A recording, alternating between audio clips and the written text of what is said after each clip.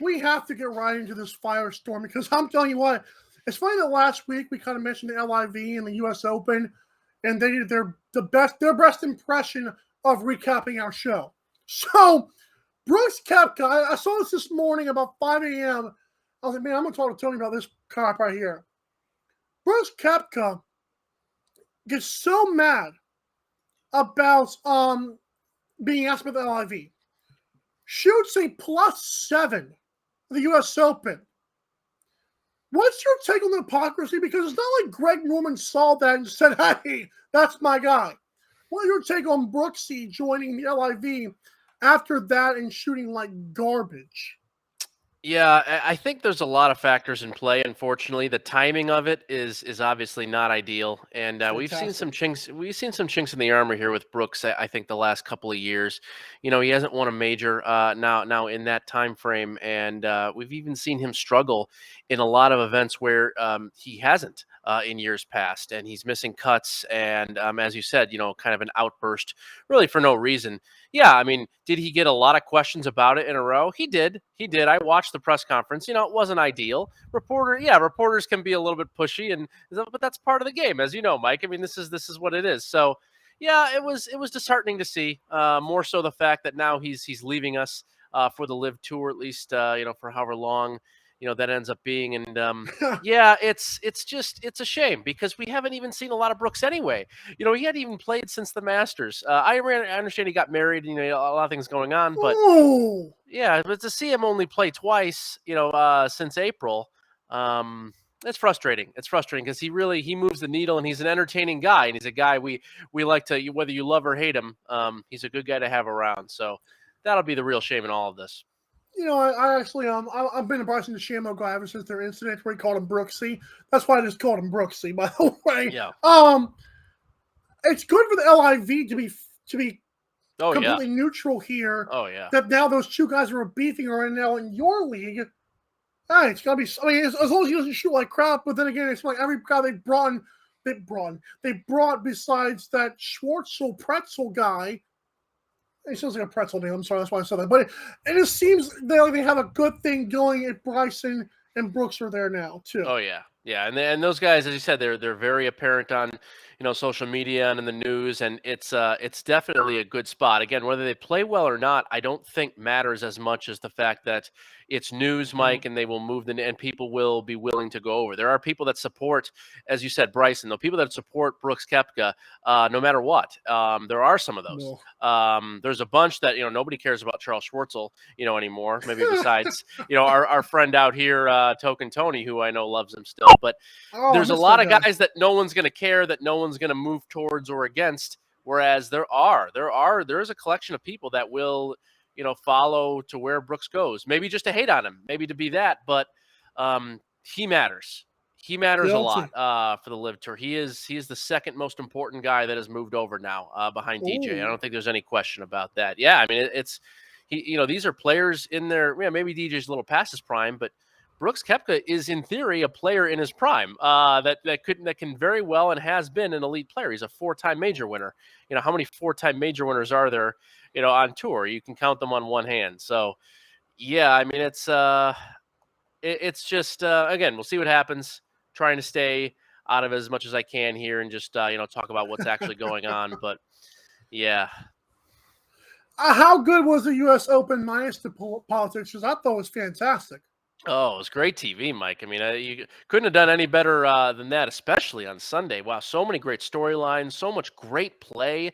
The eventual winner, Fitzpatrick, hitting 17 greens in regulation in the Woo. final round of a U.S. Open. It's remarkable. The fact that actually he didn't run away with it by the end, just because he couldn't really make any putts. He finally made one, I think, on the 14th hole for birdie, but he just putted so poorly, hitting that many greens in regulation. If he had made some putts along the way, I actually think he could have separated himself from the field there. But certainly a really, really good thing to see. I think the coverage was a little bit lacking. I know the Yeah. USGA got some flack for that, at least through Saturday, with the amount of commercial interruptions there were, the lack of golf at times, or a lot of on-camera kind of discussions going on when guys are battling it out.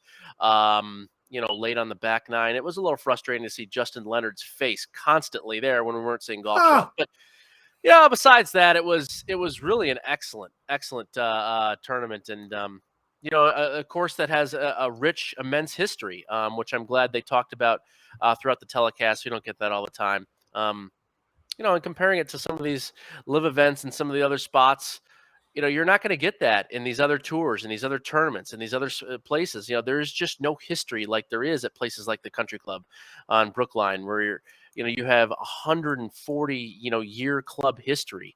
It's pretty cool stuff. So I always look forward to weeks like that and events like that, and seeing courses again that you haven't seen maybe in 15, 20 years on TV.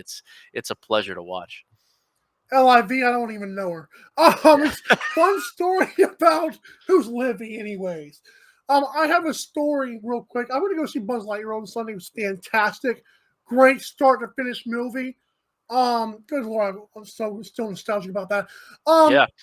But I went to Buffalo Wild Wings, and I had these two guys with me, and in there, I'm like, man, everybody's getting excited about golf. What's going on?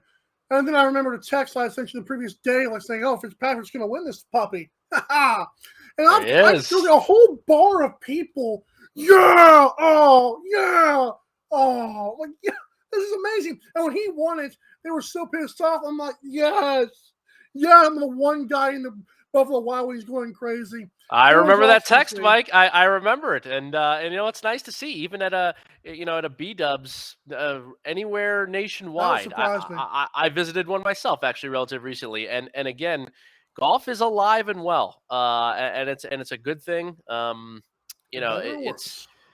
Yeah, exactly. We're going to have some tough times. Every sport goes through trials and tribulations where good and bad things happen. No one's immune to this. So yeah, but as you said, it was nice to see a good product, and nice to see a lot of people that may not necessarily be fully involved or whatever. I know you haven't. Golf is not your favorite sport per se. Over the years, but it's great to see other people getting involved and loving it. So I can only see positive and hope. I speak for Savannah, Georgia when I say that's the first time I've ever seen that. Like since Tiger Woods' affair when I was all over ESPN in a Mexican restaurant, that was the last time I saw that many eyes glued to a TV with golf on it. It was incredible. There you go. Yeah, for sure. So we transitioned to the Travelers, and it's on TPC River Highlands this weekend. What kind of weekend course and weather-wise are we looking at here? And you have any leans? I know it starts on Thursday, I believe, but you have any leans? Yeah, so quickly through the course, it's actually one of my favorite weeks that's a non-major throughout the year, and it's become that way, and I'm not the only one here. It's become that way with a lot of people, not even just pundits or bettors or fans alike, but also a lot of players. This started as a small kind of rank and file tournament 15, 20 years ago, and it's become, as we're seeing with the field here these last couple of years into this year, it attracts an elite field. We have five of the top, I think 4 of the top 10 in the world that are going to be here this week. So yeah, you get a great field like this. It's a fantastic thing to see. The great thing about the course is that anybody can sort of win this thing. We've seen players like Bubba Watson, who's a 3-time winner here, win in the bomb and gouge routine, just kind of hit it as far as you can and go find it.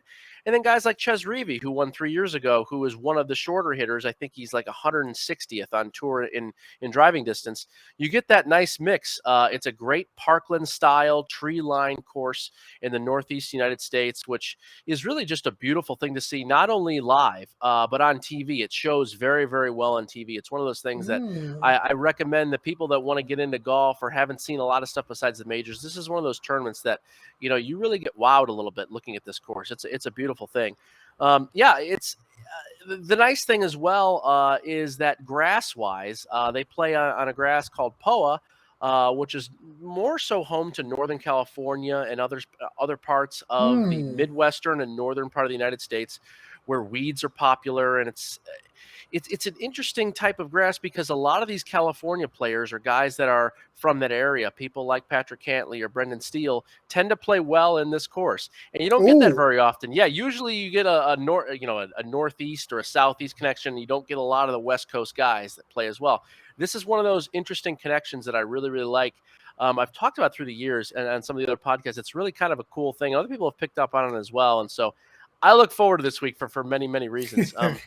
Yeah, I mean, getting into some of the guys that I like. I'm going to have a full write-up just so you guys know. I know the link is on there on medium.com. Make sure you click on that. I'll have it up today. We're going to have exact numbers, exact guys. But again, just basing off of what I just said, it's not necessarily the top end of the field. I know, Justin Thomas and Scotty Scheffler are in this field. I'm just not sure. This is not a great fit in the sense that there's a lot of people that can win this tournament. To me, there's 60, 70 guys that can outright absolutely win this tournament on their best game. Wow. You're not going to get tough conditions. You talked about the conditions. I know you wanted me to bring that up. Light winds, no rain. It rained a little earlier in the week, so the course will be soft, very playable. My guess is that 17 to 19 under range, maybe even a little bit. Yeah, maybe even a little bit better depending on if putts can drop for someone. I think you're going to get a really low score here. So usually the lower the scores, the lower you have to go, the more you get a lot of guys in the mix. It's not, it doesn't become a difficult test, whereas we saw last week at the US Open, it really became only a test. Yeah. A test where only a few guys at the end of the day could have won. So yeah, some of the players I'll just mention off the top here. Guys like Seamus Power, Brian Harmon, we were on last week. He faded, unfortunately, late for us. Mark Leishman, Brendan Steele, Jason Day, I think actually can make a nice little return here. Ches Reavie, who I mentioned before, and then Lanto Griffin, who's probably going to be my favorite guy this week. About 200 to 1 you can get for him in the win market, as well as top 10s and top 20s. He's a California guy who actually moved to the Northeast when he was in his teens. Plays course. Exactly. Plays well on this type of grass. He's been playing a little bit better of late, but still very much under the radar. Those are exactly the guys that we're trying to find here. So, again, look forward to that. That'll be up a little bit later on in the day and going forward. A lot of good things upcoming on there from me. Okay, so I'm glad you got to that because I'll tell NFL next. I was going to do that, but let's do this. What articles are out now? Because I've read about 3 of them. I was like, oh, beautiful. What should we expect soon? And give us like a slight little sneak peek about what's out now, and then what, of course, is to come. Yeah, I appreciate it, Mike. So, we have out now is basically mostly golf-related material. It's going to be stuff that I talked about moving day Saturday at the U.S. Open and what we could expect, how difficult the scores would be. I think there's this notion that after you make the cut and all of the bad players are kind of out, that you're going to get better scoring. And my main point of that was to say that that's actually not going to happen for a variety of reasons. Weather was a lot of it. The way the course was set up worked out. It was almost a 74 scoring average, 4 over on Saturday. So I think small things like that, little intricacies of not only just the betting markets, but just sports in general that sometimes I think get missed and get lost, swept under the rug, are the type of things that I'm going to be talking about. We have that. And then going forward, especially in the sports realm, I'm going to be starting a bit of a newsletter that will be just focused on bets and the guys that we can be looking for. Again, the conversation we just had about guys we're looking for, why they fit the course, why it makes sense. That's going to be a weekly thing sent out on Wednesday as well. So look for that coming forward. Yeah, I'm actually really excited about that because I think we can get a nice niche, good group of audience that not only just likes golf, but wants to know who they can look at, who they can bet on, things like that. So that's what we're doing. And then going into, I know we're going to be talking about the NFL and football upcoming, so it's a perfect segue. That's where we're going to be focusing a lot on as well. So yes, I'm a big golf guy, but really in regards to the sports betting realm, a lot of money can be made both in NCAA football and NFL football in the variety of markets, and it just keeps getting bigger and better. And I'm really looking forward to that. So yeah, this is, I think, a great time to get involved, to get started. It's just worked out well in so many fronts, Mike. I'm really excited about it. I'm excited about it too. How about this? I'm going to make a proposal to you on the show. Because it was brought to my attention that you don't mind coming on. So with that being said, would you like to come on at least every Wednesday or in the future to maybe preview your newsletter? Maybe let us know a little sneak peek, but not the whole thing. That would be a pretty cool deal. I'd love to, That's Mike. And again, gorgeous. it's why I love being with you guys. Both you and Aaron are exactly the epitome of what this should be about. Nobody's making a massive living here. Nobody's getting rich. Yeah, but you guys love to do it for what it is. And again, if it whatever anything leads to or whatever happens in the future, the fact is I know that you guys care and you love it and you're passionate about it, and that's what gets me excited. So it's a Right? pleasure. It's honestly a pleasure talking to you and being on the show anytime. I can't say that enough. It really is. Yeah, hey, you're my favorite Vegas square, man. Yeah, Respect. that's right. Always. Right. A shout out to Token Tony and I'm Spike though. This guy's gonna come on again soon. I ain't gonna lie.